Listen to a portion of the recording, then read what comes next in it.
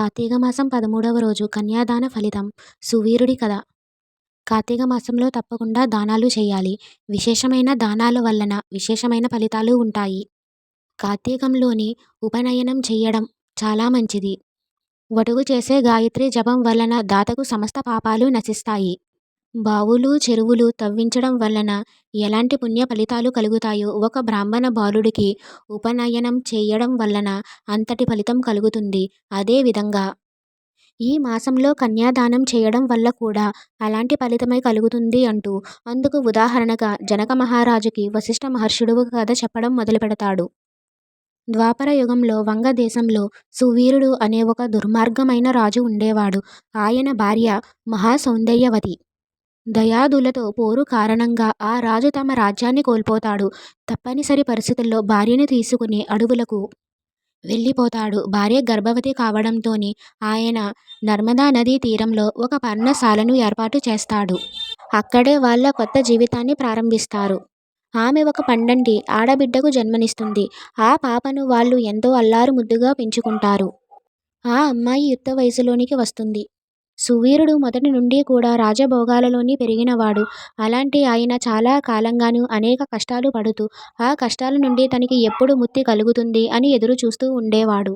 అలాంటి పరిస్థితుల్లోనే ఆ అడవిలోని ఆశ్రమ జీవితం గడుపుతున్న ఒక ముని కుమారుణ్ణి సువీరుడు కూతుర్ని చూస్తాడు. ఆమె సౌందర్యం ఆ ముని కుమారుడి మనసును దోచుకుంటుంది. దాంతో ఆయన ఆ యువతిని వివాహం చేసుకోవాలని భావిస్తాడు. ఒక రోజున సువీరుణ్ణి కలిసి ఆయన తన మనసులోని మాటను చెబుతాడు. సువీరుడు చాలా కాలంగా తను పేదరికంతోని పడుతున్న బాధను గురించి చెబుతాడు. కన్యాసుగంగాను తమకు అపారమైన ధనరాశిని సమర్పిస్తే తమ కూతుర్ని ఇస్తామని, లేదంటే ఇవ్వలేనని తేల్చి చెబుతాడు. ఆశ్రమ జీవితం గడుపుతున్న తన దగ్గర అంతటి ధనం ఉండదు కనుక తపస్సు ద్వారా సాధించి తీసుకువస్తానని ఆ ముని కుమారుడు చెబుతాడు. అప్పటి వరకు ఆ యువతికి వేరే వివాహం ప్రయత్నం చేయవద్దని చెప్పి వెళ్ళిపోతాడు. ఆ మరుసటి రోజు నుండి ఆ ముని కుమారుడు తపస్సుకు కూర్చుంటాడు. సువీరుడు కూతురు వివాహం చేసుకోవాలనే పట్టుదలతోనే ఆ ముని కుమారుడు కఠోర తపస్సు చేస్తాడు. తన తపస్సుతోనే అపారమైన ధనరాశిని సంపాదిస్తాడు. ఆ ధనరాశిని తీసుకువచ్చి సువీరుడికి కన్యాసుఖంగాను అందజేస్తాడు. దాంతో సువీరుడు తమ కూతుర్ని ఆ ముని కుమారుడికి ఇచ్చి వివాహం చేయిస్తాడు. అతనితోని తన కూతుర్ని అత్తారింటికి పంపివేస్తాడు. కన్యాసుఖంగా వచ్చిన సంపదతో సుఖభోగాలను అనుభవిస్తూ ఉంటాడు. ఇలా కొంతకాలం గడిచిన తర్వాత మళ్ళా సువీరుడు భార్య గర్భవతి అవుతుంది. ఆ విషయం తెలియగానే సువీరుడు మరింత ఆనందంతో పొంగిపోతాడు. ఈసారి అమ్మాయి పుడితే మరింత ఎక్కువ కన్యాసుఖం తీసుకోవడానికి సంతోషపడుతాడు. రాణి సౌందర్యవతి కావడం వలన ఈసారి కూడా ఆ దంపతులకు అందమైన ఆడపిల్ల పుడుతుంది. బాగా సంపన్నమైన వారికి ఆ అమ్మాయినిచ్చి కన్యాసుఖంగా పెద్ద మొత్తంలో తీసుకోవాలని సుధీరుడు అనుకుంటాడు. అలా ఆ అమ్మాయి ఎదుగుతూ ఉండగా ఒక రోజున ఆ పర్ణశాలకి ఒక యతీశ్వరుడు వస్తాడు. సువీరుడు తన కుటుంబంతో కలిసి అక్కడ నివసించడానికి కారణం ఏమిటని అడుగుతాడు. అప్పుడు సువీరుడు తన గురించి విషయాలను ఆ యతీశ్వరుడికి చెబుతాడు. తన పెద్ద కూతురికి కన్యాసుఖం తీసుకుని మరీ పెళ్లి చేశానని అంటాడు. ఆ విషయాన్ని సువీరుడు గొప్పగా చెప్పడం పట్ల ఆ యతీశ్వరుడు అసహనాన్ని వ్యక్తం చేస్తాడు. ఆడపిల్లకు కన్యాదానం చేసి పెళ్లి చెయ్యాలి కానీ కన్యాసుఖం తీసుకుని పెళ్లి జరిపించకూడదని చెబుతాడు. ఈ విధంగా చెయ్యడం వలన ఆయనకు నరకంలో అనేక బాధలు అనుభవించవలసి వస్తుందని అంటాడు. అందువలన రెండవ కూతురు వివాహాన్ని కార్తీక మాసం శుక్లపక్షంలో జరిపించమని చెబుతాడు. కార్తీక మాసంలో కన్యాదానం చేయడము వలన సమస్త పుణ్య నదుల్లో స్నానం చేసిన ఫలితం లభిస్తుంది. అశ్వమేధ యాగం చేసిన ఫలితం దక్కుతుందని అంటాడు. అందువలన పెద్దమ్మాయి విషయంలో చేసిన తప్పు రెండవ అమ్మాయి విషయంలో చెయ్యకుండా కన్యాదానం వల్ల జీవితాన్ని తరింపచేసుకోమని చెబుతాడు.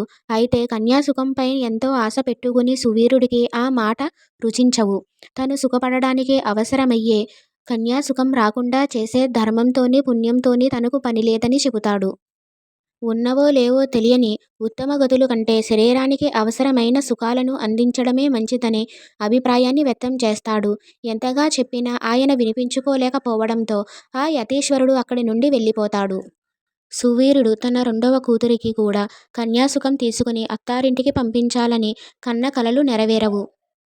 ఎందుకంటే ఆయనను అన్యూహంగా తరుముకుని వచ్చిన మృత్యువుకు దొరికిపోతాడు. యమభటులు ఆయన్ను నరకలోకానికి తీసుకుని పోతారు.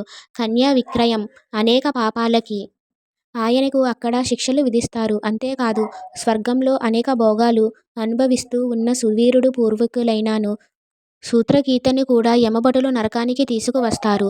తనని ఎందుకు నరకానికి తీసుకువచ్చారన్నది సుతకీతుడు అర్థం కాక అయోమయానికి లోనవుతాడు. ఆయనను యమధర్మరాజు ముందు నిలబెడతారు.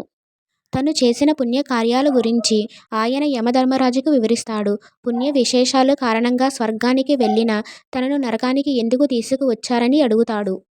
ఆయన వంశంలోని చివరివాడైన సువీరుడు కూతుర్ని విక్రమించాడు. ఆ పాపం వల్లనే ఆయన నరకానికి వచ్చేశాడు. ఆయన చేసిన ఆ పాపం వల్లనే పూర్వీకులైన మీరంతా నరకంలో పడవలసి వచ్చిందని యముడు చెబుతాడు. అయితే ఇక తనకు యమబాధల నుండి విముక్తి లేదా, ఇక్కడ ఉండవలసిందేనా అంటూ శ్వేతకీర్తి ఆవేదన వ్యక్తం చేస్తాడు. సువీరుడికి రెండవ కూతురు ఉంది. ఆమెకు ఇంకా పెళ్లి కాలేదు. ఆ ప్రయత్నంలోనే తల్లి ఉంది. అందువలన ఆ కన్యను దానం చెయ్యగలిగితే తిరిగి మీ అందరికీ పుణ్యలోక ప్రాప్తి కలుగుతుంది.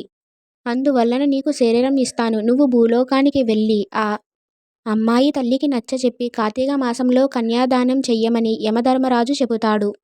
శృతకీర్తి అందుకు ఆనందంగా అంగీకరిస్తాడు. యమధర్మరాజు ఇచ్చిన శరీరాన్ని ధరించి భూలోకానికి చేరుకుంటాడు. అడవిలో పర్ణశాలలో ఉంటున్న సువీరుడు భార్యను కలుసుకుంటాడు. సువీరుడితో పాటు తాము నరకంలోని బాధలను అనుభవిస్తున్న కారణం గురించి చెబుతాడు.